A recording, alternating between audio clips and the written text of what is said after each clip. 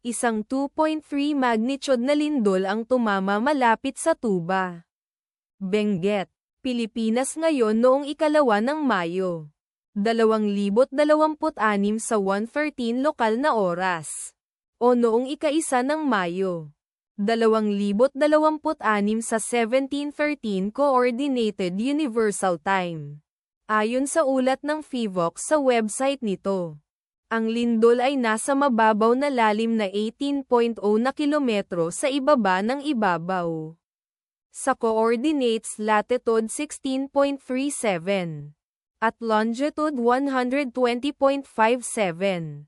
Ang eksaktong magnitude, epicenter at lalim ng lindol ay maaaring baguhin sa loob ng susunod na ilang oras o minuto habang sinusuri ng mga seismologist ang data, at pinipino ang kanilang mga kalkulasyon, o habang inilalabas ng ibang mga ahensya ang kanilang ulat.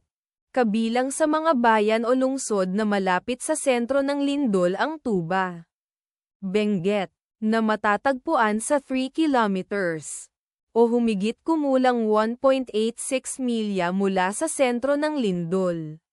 Baguio, na nasa 5 kilometers, o humigit kumulang 3.10 milya ang layo. La Trinidad, Benguet, na nasa 10 kilometers, o humigit kumulang 6.21 milya ang layo. Ang inirerekomendang pagkilos ay maging mapagbantay para sa mga posibleng aftershocks na maaaring mangyari.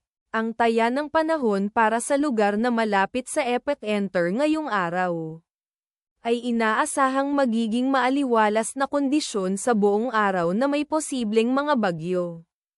Ipagdasal natin na ang lindol na ito ay hindi magkaroon ng malaking epekto sa ating mga kapatid doon. At wala ng lindol. Amen.